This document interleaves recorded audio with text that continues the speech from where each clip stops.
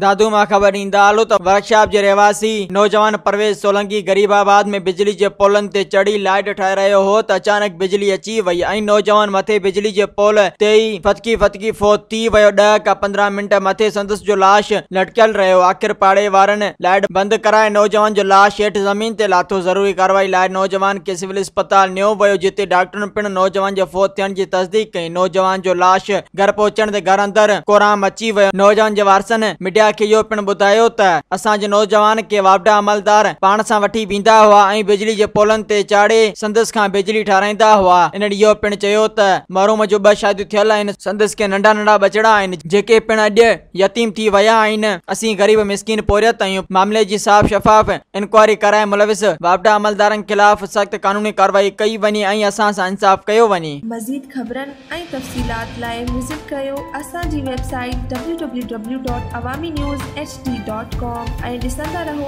Awami news HD।